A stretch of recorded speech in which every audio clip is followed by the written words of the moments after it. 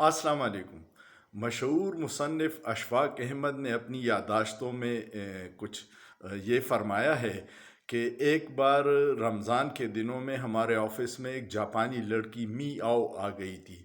तो मैं जब सुबह गया तो उसने पूछा कि आप सारा दिन सुबह से शाम तक भूखे रह के क्या हासिल होता है।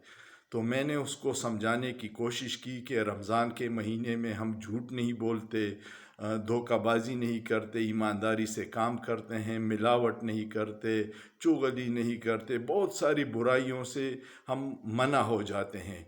तो उसके जवाब ने अशफ़ाक़ अहमद ने कहा कि मुझे बड़ा शर्मिंदा किया।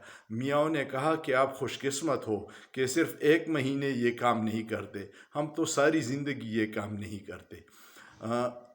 रमज़ान में जो चीज़ें नहीं करनी वो फिर सारी उम्र नहीं करनी। जापानी पूरी दुनिया में ईमानदारी में नंबर वन कौम है, और हमारा नंबर मेरे ख़्याल में 141वां आ रहा है। तो इससे अंदाज़ा करें कि हम कहाँ खड़े हैं और वो कहाँ खड़े हैं। इबादत बहुत ज़रूरी हैं, लेकिन जब तक मामलात ठीक न हो इबादत ज़ाया होती हैं। तो मामलात और इबादत को मिलाइएगा और अल्लाह और जन्नत दोनों को पाइएगा।